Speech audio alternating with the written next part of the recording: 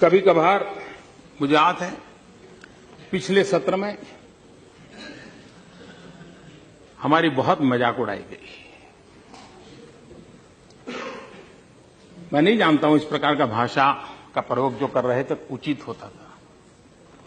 यहां तक कह दिया कि आपको वीजा दे रहे हैं पार्लियामेंट में आने का। इस प्रकार का प्रयोग करने वाले लोगों को मैं और तो कुछ कहता नहीं हूं, लेकिन मैं इतना कहता हूं, अंतर्राष्ट्रीय स्थानों पर कुछ काम निर्धारित होते हैं जिसको करने पड़ते हैं। उन मीटिंगों में पहले के प्रधानमंत्रियों को भी जाना पड़ता था, इस प्रधानमंत्री को जाना पड़ता है, भविष्य में जो आएगा उसको भी जाना पड़ेगा। लेकिन वही एक मजाक का विषय बन जाए कि हमारी राजनीति इतनी नीचे आ गई है कि हम कोई ऐसी बातों की चर्चा कर रहे हैं कि आपके पास मेरी आलोचना करने के लिए और कोई मुद्दे नहीं बचे। लेकिन मैं कहना चाहता हूं, अगर आपको देश की इतनी चिंता थी तो आप इस देश का प्रधानमंत्री विदेश गया तो कितना समय कहां बिताया, कभी उसकी भी तो जांच कर लेते, कभी उसकी भी तो इंक्वायरी कर लेते। मैं आज कहना चाहता हूं जी, मैं जापान गया तो जापान मेरे कार्यक्रम में मैंने एक कार्यक्रम क्या जोड़ा, मैं वहां एक नोबेल लॉरिएट साइंटिस्ट याकामाहा को मिलने गया। क्यों? फोटो निकलवाने के लिए। मैं इसलिए किया गया कि उन्होंने स्टेम सेल के अंदर जो रिसर्च की है, मैंने जितना पढ़ा था तो मेरे मन में आया था शायद इनकी एक खोज हमारे काम आ सकती है क्या। क्योंकि मैं जानता हूं मेरे देश के आदिवासी, उन आदिवासियों को परंपरागत रूप से सिकल सेल की भयंकर बीमारी से जूझना पड़ रहा है, और सिकल सेल की बीमारी कैंसर से भी भयंकर होती है। जिन्होंने सिकल सेल की बीमारी वालों के विषय में पूछा है तो पता चलेगा ये कितनी पीड़ादायक होती है और पीढ़ी दर पीढ़ी चलती है। अभी तक उसकी कोई दवाई नहीं मिली है। एक आशा लगी है कि स्टेम सेल के द्वारा सिकल सेल की बीमारी से मुक्ति हो जाए। हम गए तो वहां गए, उनसे चर्चा की, और बेंगलोर के हमारे साइंस इंस्टीट्यूट के साथ आज उस दिशा में हमारा काम हो रहा है कि स्टेम सेल्स के द्वारा हमारे युवा साइंटिस्ट कुछ खोज करें। मेरे आदिवासी भाइयों को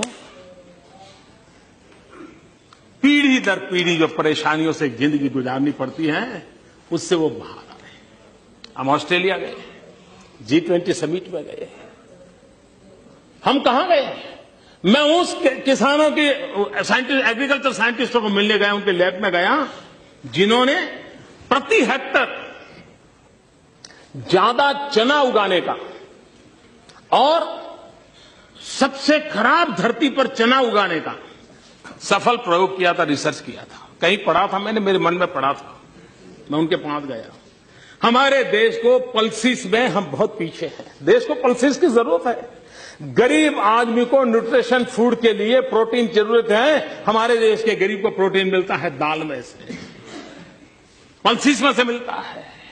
अगर हम हमारा किसान अच्छी मात्रा में पल्सिस पैदा कर सकता है, अगर प्रति हेक्टर ज्यादा पल्सिस पैदा कर सकता है तो उसको भी अच्छी आय मिलेगी और हमारे गरीब का भी भला होगा।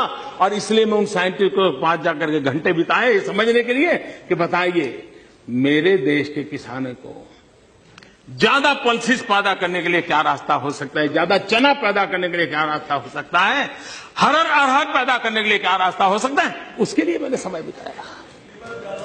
मैं एक और साइंटिस्ट के पास गया, इस बात के लिए गया मिलने के लिए कि उन्होंने केले में कुछ नई खोज की थी। मैं समझना चाहता, मुझे पूरा पता नहीं था, तो मैं ऐसे ही चला गया उनके पास, उनके साथ बैठा, उनकी लैब देखी, उनके प्रयोग देखे। उन्होंने केले में न्यूट्रिशन वैल्यू बढ़ाने में बहुत सफलता पाई है, अधिक विटामिन को पाने की सफलता पाई है। केला ये अमीरों का फल नहीं है मेरे भाइयों बहनों, केला एक गरीब से गरीब का फल होता है।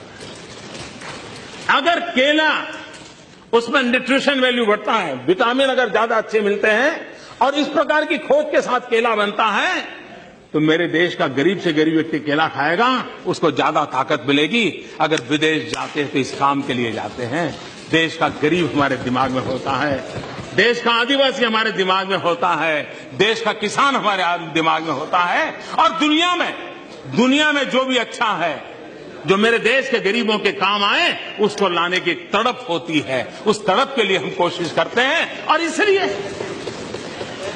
समय का सदुपयोग करते हुए हम किस प्रकार से हमारे देश को आगे ले जाएं, उसके लिए सोचते हैं, उसी को लिए करते रहते हैं, उसी पर हम करने के लिए कोशिश प्रयास करते हैं।